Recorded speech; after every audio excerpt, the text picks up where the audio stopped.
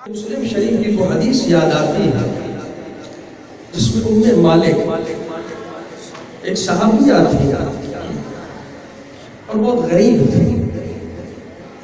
لیکن اپنے حبیب سے، اپنے نبی سے محبت بہت کرتی تھی۔ کیسے کرتی تھی اظہار اپنی محبت؟ حدیث میں آتا ہے کانت تہدی للنبی صلی اللہ علیہ وسلم فی عکۃ لہا ثمن، کہ وہ اپنے حبیب علیہ السلام کے گھر میں ایک چھوٹا سا مشکیزہ تھا، چمڑے کے اس دور کے اندر چمڑے کے برتن ہوتے تھے، تو میرے حبیب علیہ السلام سے ان کا بڑا دل چاہتا تھا وہ اپنی نظر، اپنی عقیدت، اپنی محبت کسی طرح بس پیش کرے۔ کیا پیش کرے؟ ویسے غریب تھی، کوئی اتنا کچھ خاص مال دولت نہیں تھا، یا اولاد کوئی اتنی کمانے والی نہیں تھی، کوئی اتنا زر نہیں تھا، مال نہیں تھا، اتنے کوئی مال مویشی زمینداری نہیں تھی، تو حضور کی بارگاہ میں کچھ شان کے لحاظ سے پیش، مگر پھر بھی دل تڑپتا، دل چاہتا، تو اپنے گھر میں جو چمڑے کے جو برتن ہوتے تھے اس دور میں مشکیزیں لوگ، اس میں کیا کرتی تھی وہ گھی نکالتی تھی، اور کانت تہدی للنبی صلی اللہ علیہ وسلم، وہ گھی نکال کر اس چھوٹے سے برتن کے اندر اپنے مصطفیٰ کی بارگاہ میں جا کر محبت سے پیش کرایا کرتی ہے۔ اس میں بھی خطے کی بات، یہ ایک دفعہ کی بات نہیں ہوتی، عربی کے اندر لفظ آئے کانت تہدی، اور جب فعل مضارع کا اصول ہے، عربی کا قاعدہ ہے کہ جب مضارع کے اوپر کانا یکون داخل ہو جایا کرتا ہے تو وہ استمرار کا معنی دیتا ہے، یہ فیوچر ٹینس بنتا ہے اور اس کے اندر استمرار ہوتا ہے، کنٹینیوس ہوتا ہے،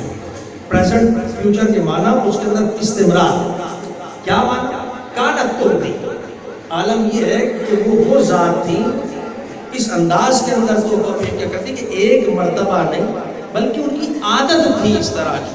کہ جب بھی پھر موقع ملا، جیسا ترتیب بنی، پھر وہی تھوڑا سا گھی نکالا اسی برتن کے اندر مصطفیٰ کی بارگاہ میں پیش کر رہی، یہ طریقہ ہے کام۔ اب سبحان، اب سمجھنے سے تعلق رکھتی ہے، وہ یہ کام اپنی محبت میں انجام دے رہی ہے، خاموشی کے ساتھ حضور کی بارگاہ کے اندر اپنا تحفہ، اپنا ہدیہ پیش کر رہے ہیں۔ میرے مصطفیٰ کی شان دیکھیے گا، سبحان اللہ۔ عالم یہ ہے کہ اس کے بعد جب گھر آ جاتی ہے، اسی طرح زندگی چل رہی ہے، جو غربت کے ایام ہیں یا جو معاملات ہیں، حدیث کے اندر یہ لفظ بھی آئے کہ لیس عندہم شیء، کچھ بھی نہیں ہوتا تھا ان کے پاس۔ ایسا وقت بھی آتا کہ اولاد آئی گھر کے اندر اور آنے کے بعد اب گھر کے اندر طلب کہ اماں کچھ کھانے کو ہے، کچھ کھانے کو مل جائے گا، کچھ سالن مل جائے گا، یسألون الخضر، سالن کے بارے میں سوال کرتے، کھانے کے بارے میں سوال کرتے، اماں جان جو گھر میں موجود ہے کچھ کھا لو، تو لیس عندہم شیء، حدیث میں لفظ ہے ان کے پاس کچھ بھی نہیں ہوتا، کیا دے کھانے کا، بچوں کو کیا پیش کریں، کیا ان کے آگے رکھیں، پہلے کھائیں، سالن روٹی تو آگے کی بات ہے، کچھ بھی نہیں ان کے پاس، سبحان اللہ کہہ رہا ہے۔ لیکن اس عالم کیا کہتا ہوں کہ ایک بات دماغ میں آتی ہے، وہ کہتی ہے اب کیا کروں کہ بھوکے بچے بیٹھے، لوگ کھانا بھی طلب کر، میرے پاس تو کچھ بھی نہیں، چل اپنے بچے کو کہتی ہے ایسا کر، وہ جو برتن رکھا ہے جس میں میں مصطفیٰ کو تحفہ دے کر آتی تھی، مشکیزہ تھا، برتن تھا، ایسا کام کر اس میں جا، اس کو نچوڑ دے، ہو سکتا ہے تجھے کوئی سالن کوئی کھانا مل جائے۔ تیجے کی بات دیکھیں کیا تحفہ، عالم یہ ہے کہ گھر میں دینے کو کچھ نہیں ہے، بچے آئے سوال کر رہے ہیں کہ بھوکے جیسے کہاں جائیں، اماں جان کچھ ہے تو دے دیں، کچھ ترتیب بن جائے، کہ عالم کچھ نہیں، لیکن مامتا ہے، ماں ہے، کیسے رکھ کروں، کیا کروں،